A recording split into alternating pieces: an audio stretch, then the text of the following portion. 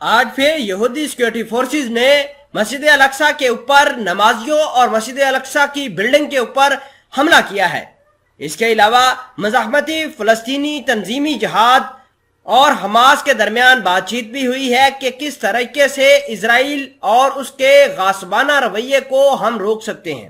Report کے مطابق Islamic جہاد فلسطین کے ترجمان طارق عزیز الدین نے اردن کے اندر کہا ہے کہ مسلمانوں کے قبلہ اول مسجد الاقصی پر غاصب صہیونی حکومت کے فوجیوں اور صہیونی انتہا پسندوں کی جارحیت جاری رہی تو خطرناک نتائج برآمد ہو سکتے ہیں، اور ایسے نتائج آئیں گے جس کی مثال ماضی میں نہیں ملتی۔ انہوں نے مزید کہا کہ جب سے فلسطین پر غاصبانہ قبضہ ہوا ہے اس وقت سے یہ پہلی بار ہوا ہے کہ باب الاسبات سے مسجد الاقصی پر صہیونی آبادکاریوں نے حملہ کیا ہے۔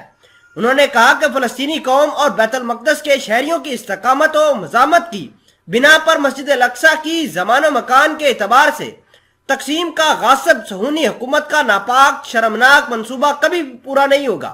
عزیز الدین نے مزید کہا کہ مسلمانوں کے قبلہ اول کے خلاف اس غاصب حکومت کو کوئی سازش کامیاب نہیں ہو سکتی۔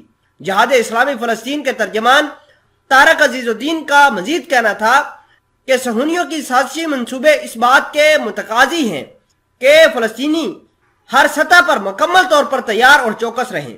انہوں نے اردن کے شہریوں اور پوری فلسطینی قوم سے وقت آنے پر اسرائیل کو منہ توڑ جواب دیا جائے۔ اس کے علاوہ حماس نے بہت سارے آپریشن شروع کیے ہیں۔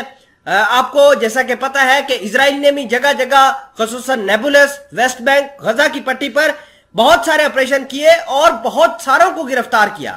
گرفتار ہی نہیں کیا، جو بھی فلسطینی ان کو تھوڑا سا معتدل لگتا ہے اس کے اوپر گولیاں برسا کر اس کو شہید کر دیتے ہیں۔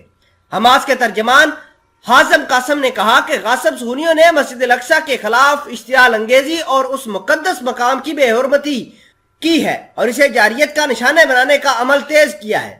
فلسطین کی اسلامی مزاحمتی تحریک حماس کے ترجمان نے یہ بھی کہا کہ فلسطینی مجاہدین غاصب صہیونی حکومت کا کوئی ایسا منصوبہ کامیاب نہیں ہونے دیں گے جو مسلمانوں کے قبلہ اول کے خلاف تیار کیا جائے۔ دوسری جانب اردن میں فلسطینی نوجوانوں اور غاصب صہیونی حکومت کے فوجیوں کے درمیان مسلح جھڑپوں کا سلسلہ اب بھی جاری ہے۔ رپورٹس کے مطابق فلسطینی مجاہدین نے رام اللہ کے قریب صہیونی فوجیوں کی ایک چوکی کو فائرنگ کا نشانہ بنایا۔